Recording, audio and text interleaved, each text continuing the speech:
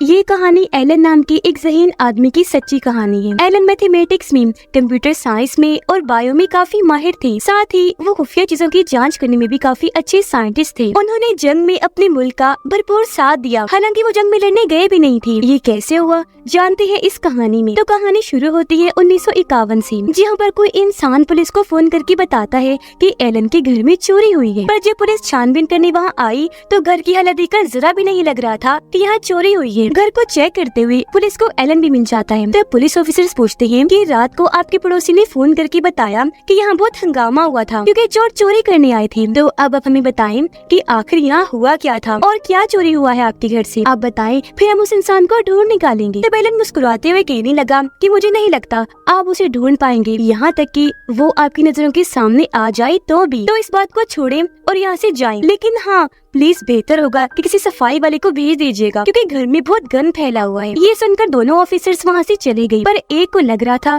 कि एलन जरूर हमसे कुछ छुपा रहे हैं। और फिर इसी के साथ ये कहानी चली जाती है फ्लैशबैक यानी गुजरे हुए वक्त में। और ये टाइम होता है 1939 का, यानी वो वक्त जब जर्मनी की वजह से दूसरी जंग शुरू हो गई थी और ब्रिटिश ने यानी इन लोगों के मुल्क ने भी जर्मनी के खिलाफ जंग का ऐलान कर दिया था। तो इसी वजह से दोनों मुल्कों की बहुत सारे खुफिया प्रोजेक्ट्स चलना शुरू हो जाते हैं। अब एलन गवर्नमेंट के एक ऑफिस जाते हैं जहाँ पर इनकी आर्मी के कुछ खुफिया प्रोजेक्ट्स चल रहे थे। यहाँ वो इन प्रोजेक्ट्स के हेड जो सबसे सीनियर थे उनसे मिलते हैं जो एक कमांडर थे। असल में ये कमांडर जॉब के लिए एक ऐसे आदमी की तलाश कर रहे थे जो जर्मन के खुफिया मैसेजेस जो कोड्स की शक्ल में होते हैं उन्हें डिकोड कर सके, यानी जुबान की सूरत में उसे बदल सके, उन्हें सुलझा सके, उनका सही मतलब बता सके। और आज यहाँ इस जॉब के लिए एलन इंटरव्यू देने आए थे। पर जब कमांडर को पता चला कि एलन को जर्मनी की जुबान का एक लफ्ज भी नहीं आता तो वो उसे वहाँ से निकालने का सोचता है, जिसके लिए वो अपने साथी को वहाँ बुलाता है। पर जैसे एलन एक मशीन का नाम लेते हैं जो कोड्स को डिकोड करती है तो कमांडर रुक जाते हैं, उसे बाहर नहीं निकलवाते। असल में एलन ने जिस मशीन का नाम लिया था उसके जरिए हिटलर इन्हें जर्मनी के सोल्जर्स आपस में ये मैसेजेस भेजते हैं कि कब, कहां और कैसे हमला करना है। एलन कमांडर को कहती है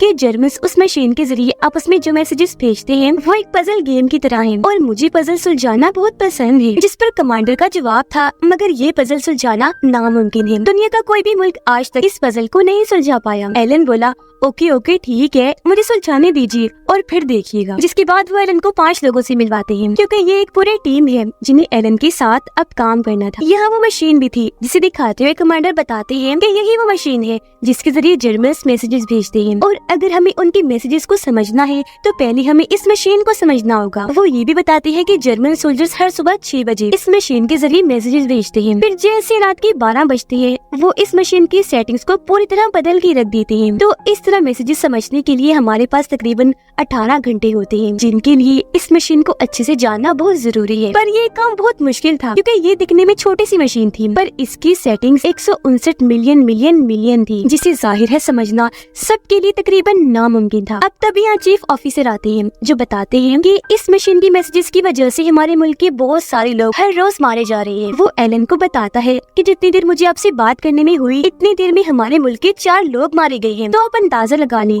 कि इस वजह से हम हर रोज कितने लोगों को खोते हैं। जिसके बाद से ये लोग उस मशीन की मैसेजेस को डिकोड करने के काम पर लग जाते हैं। तब हिसाब किताब करके ये चीज सामने आती है क्योंकि इसके 159 मिलियन सेटिंग्स हैं, तो अगर ये हर सेटिंग को चेक करने लग जाएं, तो इसे डिकोड करने में इन्हें 20 मिलियन साल लग जाएंगे। अब यहाँ हर कोई अपने अपने तरीके से काम करने लगा था। इनमें से कुछ मैसेजेस को डिकोड कर भी लेते हैं और जब इस बारे में वो एलन को बताते हैं तो वो कहते हैं कि ज्यादा खुश ना हो, अगर तुमने ये डिकोड कर ली है तो ये बस एक इत्तेफाक है क्योंकि एक बंद घड़ी भी दिन में 2 बार तो टाइम ठीक से बता ही देती है। इसे सुनकर वो बहुत हैरान हुए क्योंकि एलन की बात सच थी, ये सच में बस एक इत्तेफाक था। एलन बताते हैं कि मैं एक ऐसी मशीन बनाने जा रहा हूँ जो हर एक कोड को मैसेज को बिल्कुल सही से डिकोड करके बताएगी। यहाँ हम नोटिस कर लेते हैं कि एलन के काम करने के तरीके से, उनके बोलने के तरीके की वजह से उनके साथ काम करने वाले लोग बिल्कुल भी खुश नहीं होते। उन्हें लगता है कि वो बहुत ज्यादा रूड हैं, यानी अच्छे से बात न करने वाले, गुस्से और अपने मूड में ही रहने वाले हैं। अब मशीन बनाने के लिए एलन ने पूरा नक्शा तैयार कर लिया था जिसका सामान अब उसे चाहिए था और इस चीज की जब वो मांग करते हैं तो उनके यूनिट का हेड साफ साफ मना कर देता है। जिसके बाद एलन जाता है कमांडर के पास और उन्हें समझाने की कोशिश करता है कि देखिए, एक मशीन की मैसेजेस को समझने के लिए हमें इंसानी दिमाग की नहीं बल्कि मशीन की ही जरूरत पड़ेगी, क्योंकि ये बेशक छोटी सी मशीन है पर आम नहीं है, बहुत खास एडवांस मशीन है। तो इसे समझने के लिए मुझे मशीन बनानी है जिसका सामान चाहिए। पर उसके काम में कमांडर भी दिलचस्पी नहीं लेती। इसकी एक वजह ये भी थी कि एलन के साथ काम करने वालों ने उसके खिलाफ शिकायत की थी। अब जब यहाँ उसका काम नहीं बना तो एलन प्रेसिडेंट को एक खत लिखता है और अपनी सारी बात सामने रखी मशीन बनाने के खर्च की मांग करता है। प्रेसिडेंट उसके खत को पढ़ते हैं और जब उसकी मशीन बनाने के काम को समझते हैं तो ना वो सिर्फ उसे पैसे देते हैं बल्कि उसे इस पूरे प्रोजेक्ट का हेड भी बना देते हैं। तब हेड बनते ही एलन 2 लोगों को निकाल देता है, क्योंकि वो समझ गया था कि इस प्रोजेक्ट में ये दोनों किसी काम आने वाले नहीं हैं। अब क्योंकि 2 लोग कम हो गई थी तो इसका मतलब अब उसने 2 और लोगों को काम पर रखना है। पर वो उन 2 लोगों को अपनी मर्जी से अपने तरीके से हायर करना जॉब के लिए चुनना चाहता था। वो अखबार के जरिए एक बहुत ही मुश्किल क्रॉसवर्ड बनाता है जो एक पजल, एक पहेली ही होती है और दिखता है कि जो कोई भी इसे 10 मिनट में सुलझा देगा उसे इंटरव्यू के लिए हमारे पास आना होगा। ये खबर पढ़ते ही बहुत सारे लोग वहाँ आते हैं। आज इन सबका इंटरव्यू था जहाँ इन्हें एक और क्रॉसवर्ड दिया जाता है और कहा जा रहा था कि आपको इसे 6 मिनट में सुलझाना होगा। उन इतने सारे लोगों में यहाँ सिर्फ 2 ही लोग थे जो इसे 6 मिनट में सुलझा देते हैं, एक लड़का और एक लड़की जिन्हें अलग बुलाया जाता है और इन्हें समझाया जा रहा था कि ये काम बहुत ही खुफिया है तो इसके बारे में आप कभी भी किसी से भी डिस्कस नहीं करेंगे। फिर जब इन दोनों की ज्वाइनिंग थी, इन्हें जब से काम पर आना शुरू करना था उस दिन लड़का तो आ जाता है पर लड़की नहीं आती जिसका नाम जॉन होता है। वजह जानने के लिए एलन जब उनके घर गया तो पता चला कि जॉन को उसकी मॉम डैड ऐसी नौकरी के लिए इजाजत नहीं दे रही जहाँ सिर्फ मर्द ही काम करते हैं। लेकिन एलन तो किसी भी कीमत पर जॉन को अपने साथ चाहता था क्योंकि वो इतनी ज़हीन थी कि उसने बस 5.5 मिनट में पजल को सुलझा लिया था। एलन जॉन को समझाता है कि हमारे टाउन में बहुत सारी लड़कियां हैं जो एक साथ रहती हैं। अगर तुम चाहो तो उनके साथ रहकर वहाँ से ही काम कर सकती हो। अभी हम देख पाते हैं कि जॉन बहुत ज़हीन है लेकिन उसे फिर भी खुद पर इतना भरोसा नहीं है क्योंकि उसने मैथ में टॉप किया था पर फिर भी उसे स्कॉलरशिप नहीं मिली। वो एलन से पूछती है कि आखिर तुम मेरी मदद क्यों करना चाहते हो। वो जवाब देता है क्योंकि कभी कभी दुनिया जिसे आम समझती है वो इंसान कोई ऐसा काम कर जाता है जो कोई नहीं कर सकता। दरअसल एलन की बचपन का एक दोस्त था जिसका नाम क्रिस्टोफर था। उसने एलन की जिंदगी में अहम किरदार अदा किया था और बिल्कुल ये बात उसने एलन को कही थी। और क्रिस्टोफर ही एलन का वो दोस्त था जिसने उसे कोडिंग की जुबान सिखाई और खुफिया मैसेजेस को कैसे सुलझाना है सब सिखाया। अब स्कूल में जहाँ सारे बच्चे एलन को परेशान करती थी वहाँ क्रिस्टोफर उसे संभालता, उसका ध्यान रखता था और उस पर बहुत भरोसा किया करता था, जिस वजह से एलन के दिल में उसके लिए जगह बनने लगी। वो उसे पसंद करना शुरू हो गया। अब दिखाया गया कि इनकी मशीन बनने में टाइम लगातार बढ़ता ही जा रहा है और 18 घंटों में इन्हें जो कोड छुपा हुआ मैसेज मिलता है वो 12 बजते ही खत्म हो जाता है क्योंकि उस मैसेज में जो भी होता है 12 बजे तक जर्मन्स वो काम कर चुकी होती है। साथ ही जर्मन्स अपनी मशीन की सेटिंग्स को भी बदल देती है। अब एलन जो मशीन बनाना चाहता है अगर वो बन गई तो इनका सारा मसला हल हो जाएगा क्योंकि वो मशीन हर रोज खुद ही अपनी प्रोग्रामिंग, अपनी सेटिंग बदल कर इनके सारे मैसेजेस को डिकोड करके बता देगी कि जर्मन्स का क्या प्लान है, वो कब कहाँ क्या करने वाली है। मशीन बनाने का प्रोसेस उसका शुरू ही था और वो अपनी मशीन का नाम क्रिस्टोफर यानी अपने दोस्त के नाम पर रखता है। अब एक दिन जब एलन जॉन के साथ होटल में बैठा था तो वो उसे समझाती है कि आपको अपनी टीम के साथ मिलकर काम करना चाहिए, ऐसे तो वो तुम्हारी मदद नहीं करेंगी क्योंकि तुम्हारे बर्ताव की वजह से वो तुम्हें पसंद नहीं करती। अब उसके समझाने की वजह से अगले दिन एलन सबके लिए सेब लेकर जाता है जो देखकर उसकी टीम को बहुत हैरानी हुई क्योंकि वो तो किसी से सीधे मुंह बात तक नहीं करता और आज ये उसके अंदर अच्छा बदलाव था जिसे देखकर उसकी टीम खुश हुई और आज से ही उसका साथ देना शुरू कर देती है। अब उसकी टीम का एक लड़का जो पहले उनका हेड हुआ करता था वो एलन को एक पेपर देता है जिस पर एलन ने जो मशीन बनाई है उसकी सेटिंग्स बदलने का तरीका था। वो कहता है कि मशीन की सेटिंग्स को इस तरह से बदलो वो और जल्दी काम करना शुरू हो जाएगी। एलन ऐसे ही करता है, मशीन को इस तरह से ही बदलता है जिससे वो चलना शुरू हो जाती है पर इसका कोई फायदा नहीं होता क्योंकि वो मैसेजेस को डिकोड नहीं कर पाती। दूसरी तरफ हिटलर, इन्हें जर्मनी की आर्मी ने हर तरफ तबाही मचा दी थी, सब कुछ तहस नहस करके रख दिया था। वो पूरे यूरोप में फैल चुके थे और ये यहाँ उन मैसेजेस को डिकोड करने में पूरी तरह से नाकाम थी जो जर्मन सोल्जर्स हमला करने के लिए एक दूसरे को भेज रहे थे। अब एलन के इस प्रोजेक्ट की वजह से गवर्नमेंट काफी परेशान थी क्योंकि इस काम के लिए वो उसे पहले ही 85 लाख दे चुके थे जिसका कोई भी फायदा नहीं हो पाया था। इसलिए कमांडर अपने सोल्जर्स के साथ एलन के पास आते हैं और उसे कहते हैं कि आज से तुम्हें जो इस प्रोजेक्ट के लिए पैसे दिए जा रहे थे वो रोके जाते हैं और तुम्हें भी इस काम से हटाया जाता है और आज से ये ये प्रोजेक्ट बंद कर दिया गया है। फिर वो अपने सोल्जर्स को कहती है कि इसी वक्त एलन को यहाँ से बाहर निकाल दो। और जब सोल्जर्स उसे ले जाने वाली थी तो तभी यहाँ एलन की टीम आ जाती है, जो कमांडर को कहती है कि अगर आप एलन को निकाल रही है तो हमें भी निकाल दीजिए। फिर वो यकीन दिलाती है कि एलन की मशीन काम करती है, आप हमें 6 महीने का टाइम दें, हम सारे मैसेजेस को डिकोड करके आपको दिखा देंगे। कमांडर कहते हैं कि 6 महीने का नहीं, मैं तुम्हें 1 महीने का टाइम दे रहा हूँ। अगर इसके बाद भी इस मशीन ने काम नहीं किया तो मैं तुम में से किसी को भी यहाँ नहीं देखना चाहूंगा, सबको ही निकाल दूंगा। जो कहकर वो यहाँ से चला जाता है। अब जॉन को उसके घर वाले वापस बुला रहे थे क्योंकि वो 25 साल की हो गई थी और उसके घर वाले अब उसकी शादी करना चाहते थे। यहाँ वो एलन को बता देती है कि मैं घर जा रही हूँ क्योंकि मेरी फैमिली बुला रही है, वो मेरी शादी करना चाहती है। ये सुनकर एलन खुद उसे शादी के लिए कह देता है कि मैं तुमसे शादी करूंगा, तुम करोगी मुझसे शादी। दरअसल एलन ये कभी नहीं चाहता था कि वो वापस जाए। वो शादी के लिए मान गई और इन दोनों का रिश्ता पक्का हो जाता है, ये एक हो गई। फिर जब ये पार्टी करती है तो वहाँ एलन अपने दोस्त यानी अपने टीम के एक मेंबर से पूछता है कि क्या हो अगर मैं जॉन से प्यार भरा बर्ताव ना करूं। उसका दोस्त कहता है कि जानता हूँ तुम ऐसा क्यों कह रही हो, क्योंकि तुम्हें मर्द पसंद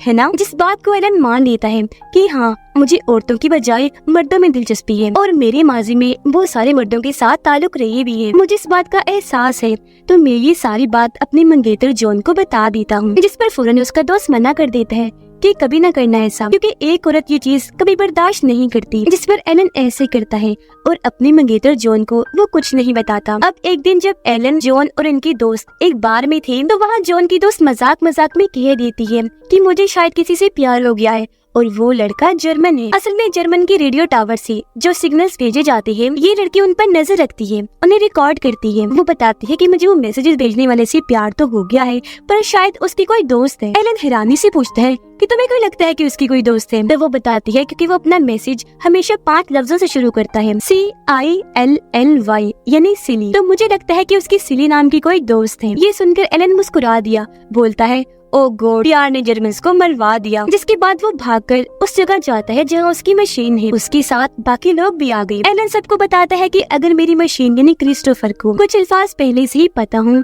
तो वो उनकी मदद से खुद ये अल्फाज बना सकती है। अब हर रोज सुबह जो मैसेज भेजा जाता है उसमें आसमान, मौसम की रिपोर्ट और हिटलर जिंदाबाद कहा जाता है। अब आसमान, मौसम की रिपोर्ट और हिटलर जिंदाबाद में जितने भी अल्फाज है इन्हें पहले से ही पता है कि वो कहाँ हैं। जिन सब अल्फाजों को वो मशीन में फिट करके मशीन चला देते हैं। कुछ देर चलने के बाद मशीन रुक जाती है और अब इनके पास सारे अल्फाबेट्स यानी ABC के अल्फाज एक ऑर्डर में, एक तरतीब में आ जाते हैं। जैसे अगर उन्होंने एक ही जगह B का इस्तेमाल किया तो इन्हें पता चल गया कि B का मतलब A है। अब इस बड़े मसले को समझने के बाद ये उस जगह पर जाते हैं जहाँ छोटी मशीन है और आज सुबह 6 बजे का जो मैसेज था ये इन अल्फाजों की मदद से उसे डिकोड करने में कामयाब हो जाते हैं, जिससे इन्हें पता चल गया था कि आज सुबह का मैसेज क्या था। अब अपनी इस इतनी बड़ी कामयाबी की वजह से वो लोग बहुत खुश हो जाते हैं। इनकी मेहनत रंग ले आई थी तो बहुत जज्बाती होकर रोने भी लगते हैं। फिर जैसे अगली सुबह 6 बजे का मैसेज आता है तो ये उसे भी रिकॉर्ड कर लेती है, जिससे इन्हें पता चल गया था कि आज जर्मन कहाँ हमला करने वाले हैं, जहाँ पर बहुत सारे लोग हैं जो सब के सब मारे जाएंगे। अब इस बारे में जब उसका दोस्त फोन करके कमांडर को बताने लगता है तो एलन उसे मना कर देता है कि प्लीज मत करो ऐसा और फोन उठाकर पटक देता है। ये देखकर उसके दोस्त को गुस्सा आ गया और वो एलन के मुंह पर जोरदार मुक्का मारता है क्योंकि वो इस हमले को रोकना चाहता है, क्योंकि वहाँ पर बहुत सारे बेकसूर मासूम लोग हैं। तब एलन उसे कहता है कि अगर हमने ये बात कमांडर को बता दी तो वो इस हमले को रुकवा देगा, जिससे जर्मन समझ जाएंगे कि मशीन्स के जरिए कोड्स की सूरत में वो जो मैसेजेस भेजते हैं उसका सुलझाव, उसका तोड़ हमारे पास है, यानी हम उनकी कोड्स की जुबान को जानते हैं, जिससे वो लोग एक ही हफ्ते में मशीन की सारी जुबान, सारी प्रोग्रामिंग को बदल के रख देंगे और हम कभी भी फिर उनकी मैसेजेस को डिकोड नहीं कर पाएंगे। अब जहाँ हमला होने वाला था वहाँ पर इनकी टीम के एक मेंबर का भाई भी था, इसलिए वो लड़का कहता है कि वहाँ मेरा भाई है, कैसे भी करके इस हमले को रुकवाया जाए। जिस पर एलन कहता है कि नहीं, आई एम सॉरी, हम ऐसा नहीं कर सकते क्योंकि यहाँ हम सब अपने मुल्क के लिए काम कर रहे हैं, हमारे पर्सनल आपसे जिस बात किया है यहाँ उनकी कोई अहमियत नहीं। अब कुछ ही देर बाद उस जगह पर हमला हो जाता है, वहाँ इतनी तबाही मची कि सारे ही लोग मारे जाते हैं। फिर एलन चीफ ऑफिसर से मिलता है और उन्हें बताता है कि हमने सभी मैसेजेस को डिकोड करने का तरीका ढूंढ लिया है, पर हाँ हम सभी हमलों को नहीं रोक सकते क्योंकि ऐसे जर्नलिस्ट को शक हो जाएगा कि हमने उनकी छोटी मशीन की मैसेजेस को डिकोड करना सीख लिया है, जिसके बाद वो उसकी सेटिंग्स, जुबान, प्रोग्रामिंग सब कुछ बदल के रख देंगे। और हाँ, हम जिन जिन हमलों को भी रोकेंगे आपको उन सबकी एक झूठी कहानी बनानी पड़ेगी, जो कहानी आप जर्मन तक पहुंचाएंगे, ताकि उन्हें ये लगे कि हमें जितनी भी जानकारियाँ मिलती है वो दूसरे जरियों से मिलती है। उन्हें कभी भी इस बात का शक नहीं होना चाहिए कि हमने उनके मैसेजेस को समझ लिया, उनकी मशीन का तोड़ बना लिया है। यहाँ तक कि इस बात का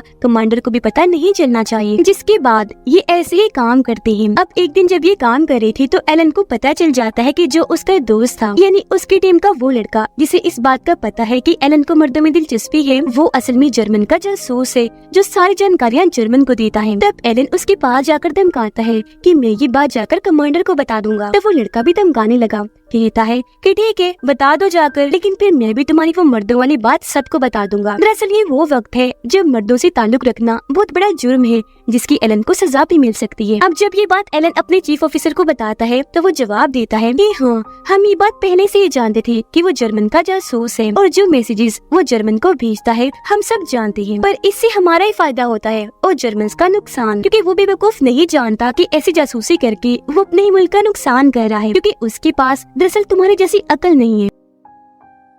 अब एलन अपनी मंगेतर जॉन को कहता है कि तुम्हें यहाँ से चले जाना चाहिए क्योंकि तुम्हारी जान को खतरा है, तुम ऐसा करो अपने मॉम डैड के घर चली जाओ। पर वो मना कर देती है, ये कहती है कि नहीं, मैं कहीं नहीं जा रही, तुम्हारे साथ रहूंगी क्योंकि मैं तुमसे प्यार करती हूँ। यहाँ एलन उसे बता देता है कि मैं मर्दों को पसंद करता हूँ, उनसे मेरा ताल्लुक भी रहा है। फिर वो कहती है जानती हूँ, शक भी था मुझे पहले से, पर फिर भी मैं तुम्हारे साथ रहना चाहूंगी। मैं तुमसे प्यार करती हूँ और मैंने तुम्हें माफ कर दिया, मुझे तुम्हारी फिक्र है। तब एलन जवाब देता है, पर मैं तो तुमसे प्यार नहीं करता, मैंने तुमसे मंगनी रिश्ता पक्का इसलिए किया ताकि तुम यहाँ रुककर हमारी मदद कर सको, बस इससे ज्यादा और कुछ नहीं। इस बात से जॉन को बहुत दुख हुआ और उसे इतना गुस्सा आता है कि वो एलन के मुंह पर जोरदार थप्पड़ मारती है और कहती है कि तुम बहुत बुरे हो, तुम्हारे बारे में दूसरे लोग जो भी कहते हैं सब बिल्कुल सच है, तुम सच में खुद गर्ज एक घमंडी इंसान हो। इतना कहकर वो यहाँ से चली जाती है और फिर ऐसे एलन अगले 2 सालों तक जर्मन्स की मैसेजेस को डिकोड करता रहा जो वो अपने सोल्जर्स को हमला करने के लिए भेजते थी। एलन की टीम ये फैसला करती है कि किन हमलों को होने देना है और किन हमलों को रोकना है। तो वो फैसला करती है कि हम बड़े हमलों को रोकेंगे ताकि अपने छोटे जीतों से जर्मन्स को यही लगे कि अभी तक कोई भी उनकी मशीन को डिकोड नहीं कर पाया। पर असल में एलन ने बड़े बड़े हमले और जंगों को अपनी मशीन से मैसेजेस को डिकोड करके रोक दिया था, जो जर्मन्स के लिए एक काफी बड़ी हार थी। फिर आखिर 2 सालों बाद ये जंग खत्म हो ही जाती है, जिसमें जाहिर है ब्रिटिश ही जीतता है। कहा गया कि ब्रिटिश कभी ये जंग जीत ही ना पाता अगर एलन अपने दिमाग से वो मशीन कभी बनाता ही ना, क्योंकि उस वक्त जर्मनी बहुत ताकतवर मुल्क था। इस जीत के बाद इनका चीफ ऑफिसर इस टीम से मीटिंग करता है, कहता है कि आप लोग अपनी इस मशीन को और इस प्रोजेक्ट के सारे पेपर्स को जला दो, खत्म कर दो। कभी भी किसी को ये पता नहीं चलना चाहिए कि तुमने इस प्रोजेक्ट पर काम किया है और अब तुम सब लोग अपने अपने घर जा सकते हो। इसके बाद ये कहानी वापस आ जाती है प्रेजेंट टाइम, इन्हीं मौजूदा वक्त में, जहाँ पता चला कि एलन के घर में कोई चोरी नहीं हुई थी, बल्कि वो रात में अपने दोस्त के साथ था और इस वक्त भी मर्दों के साथ ताल्लुक रखने को जुर्म माना जाता था, जिस वजह से एलन को गिरफ्तार कर लिया जाता है। तब जज एलन के सामने 2 ऑप्शन रख देता है कि या तो तुम्हें 2 सालों के लिए जेल जाना होगा, या तुम्हें अपनी सर्जरी करवा के अपने जिस्म में बदलाव करनी होगी, साथ ही तुम्हें थेरेपी भी लेनी होगी ताकि कभी भी तुम्हारे दिमाग में इस तरह की गलत चीजें ना आए। तब एलन सर्जरी और थेरेपी को चुनता है, जिसकी वजह से वो काफी कमजोर हो गया था, क्योंकि इसके नुकसान भी होते हैं। फिर एक दिन जब जॉन उससे मिलने आती है तो देखती है कि वो काफी कमजोर और जज्बाती रहने लगा, इसीलिए उसे मशवरा देती है कि तुम्हें अकेले नहीं रहना चाहिए। इस पर वो जवाब देता है कि मैं कभी अकेला था ही नहीं, मेरे साथ मेरे दोस्त की यादें मशीन की सूरत में हमेशा मेरे साथ हैं, क्योंकि दोनों का ही नाम क्रिस्टोफर है। अब जॉन को उसके लिए बहुत हमदर्दी हो रही थी क्योंकि उसकी हालत ठीक नहीं। वो उसे बताती है कि आज इस ट्रेन में मैं आई वो एक शहर से गुजरी और अगर तुम ना होती तो वो शहर कभी होता ही ना, क्योंकि जर्मन्स को ना काम करके तुमने जितने भी शहरों को बचाया है उनमें वो शहर भी शामिल है। वो उसे समझाती है कि तुमने हजारों लाखों लोगों की जान बचाई, तो तुम कोई आम नहीं हो, बहुत खास हो। और कभी कभी लोग जिस इंसान को काबिल नहीं समझती वो ऐसे काम कर जाते हैं जो कोई नहीं कर सकता। ये वही बात थी जो बचपन में क्रिस्टोफर ने एलन से कही थी, फिर एलन ने जॉन से, और आज जॉन उसके साथ कर रही थी। इस बात से एलन को तसल्ली तो मिली, पर अपने इलाज के दौरान ही वो कूदकर अपनी जान ले लेता है, जिस वक्त उसकी उम्र तकरीबन 41 साल थी। फिर उनकी मौत के कुछ सालों बाद उनके ऊपर लगे हुए सारे इल्जामात को हटा दिया गया और उनके काम की वजह से एलन को काफी सराहा गया, उनकी तारीफ की गई, बहुत इज्जत मिली, क्योंकि उन्होंने कारनामा ही ऐसा करके दिखाया जो कभी कोई नहीं कर सकता था, जिन्होंने जंग में जाए बगैर ही अपने मुल्क का बहुत साथ दिया और हजारों लाखों लोगों की जान बचाई। और इसी के साथ एलन की जिंदगी की ये कहानी इधर ही खत्म हो जाती है।